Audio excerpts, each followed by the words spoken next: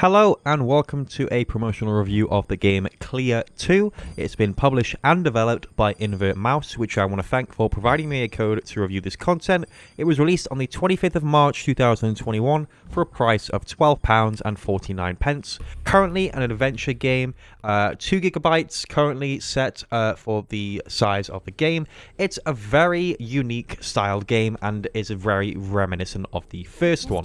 It's really enjoyable. How do I describe this game? So you play as a character who I suggest is called Clea, and you just walk around these different rooms and floors to gain access to different parts and complete the chapters. So you'll complete puzzles throughout it, but you'll also be avoiding the different enemies that are in the game by hiding in closets or running away. But running does actually allow the enemy to hear you from a further distance, so some of the puzzles will require you to stand in a circle and ring a bell for the enemy to come to you. That's in the bonus stages, and they will die in those circles, and once you kill all 3, I believe there's 3 in each of them, you will then proceed on to the next part of the game. So it was quite confusing to begin with, understanding where you need to go and what you need to do.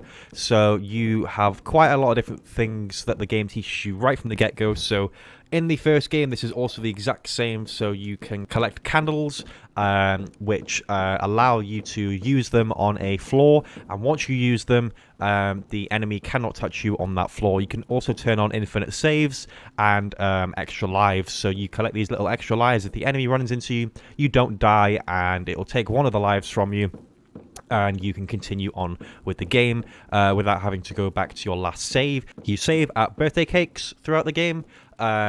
Running obviously lets the enemy know where you are from further distance. You can sort of creep along using the Y button, and you'll have to solve puzzles by using switches here in the beginning and collecting keys. Your inventory is limited, so be careful as to how many items you do actually need to collect. You'll also have to speedrun the first chapter in less than 10 minutes for one of the achievements, and you'll have to replay chapter 1 at the very end for the final achievements, which is for completing a level on Chaos and Arcade mode, as well as getting one of the medals, bronze, silver, or gold. And it's as simple as that. You can look through doors using B, and you just have to avoid the enemy and solve the puzzles. As simple as that. It's a lot shorter than the first game, in my opinion. The first game was a lot longer, had a lot more content in it, and for the price that they're asking for this, I think it's a little bit overpriced. I'd probably go with £8.50 or £8.39, something around there. That seems more sort of suited towards the price for this game. I don't think it should be £4 extra than that, based on how much content is there. The first game was definitely a lot longer than this one, but there is sort of a lot of reminiscent from the first game, and it doesn't really feel like a sequel, in my opinion. It feels like DLC for the first game, and not so much as a sequel. There's not really enough content, I believe, there to warrant a sequel. It's very short in comparison to the first one. There's only a couple of chapters in this one, and the first one felt like it had a lot longer levels in it and was a lot more in depth of the story. You can obviously skip the cutscenes just as in the first one, and you'll be solving puzzles just as you did in the first one also, by going through different doors and understanding the basic mechanics that you have to do to progress through to the next areas. And that's basically it. Throughout all of it, you can select different costumes in this one. You also gain costumes at the end for finishing the game with a certain difficulty ranking of S or A or B or whatever you get. You gain a outfit for it, and also completing the game, I do believe you get an outfit for that as well. So if you do like the customization option side, you can go ahead and pick a different one, but I just went with the regular one. And with this one, it seems like it's something to do with a sibling again, or some sort of character that you're having to avoid or just try and maneuver around. So once you do actually get to grips with the story, it's a lot easier to understand, really. In the beginning, I had no idea what I was doing, and I was just speeding through because I knew that I needed to do it in less than 10 minutes. And you will see me do that in this video. I do it in about 6 minutes, I do believe. So it's relatively quick, the first chapter, if you know where you're going, that is. So I'd recommend using a guide out there if you want to get all the achievements. Speaking of achievements, it's a very quick game. It took me a little bit over an hour. By a little bit, I mean by 1 minute. So I managed to blitz through the entire game, and it was really easy for the achievements. Just completing all the different chapters. So there's 7 chapters, but it did not feel like 7 chapters at all when I was playing through. I was completing chapters in about 5 to 6 minutes each, so it did not feel like that in the slightest.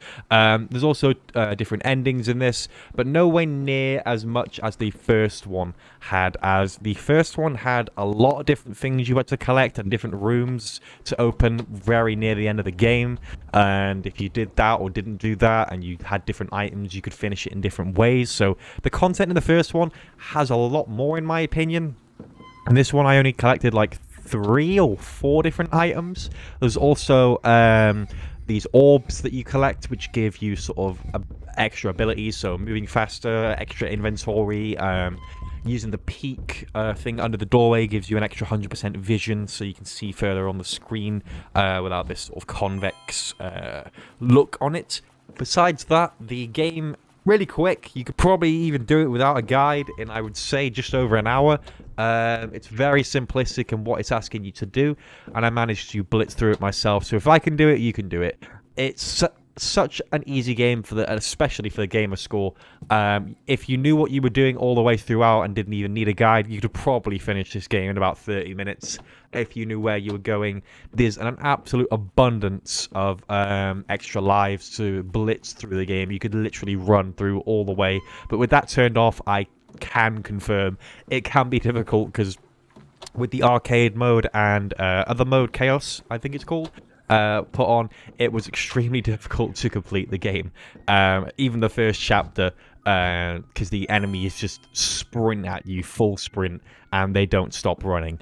And if you get hit, that's it. You have to go all the way back to your checkpoint. There's no extra lives or anything. There is candles, but there's only 2 I even found in the first chapter. There's 3 different like circles with your face on it that you have to find, and if you find them, it gives you like score of some sort.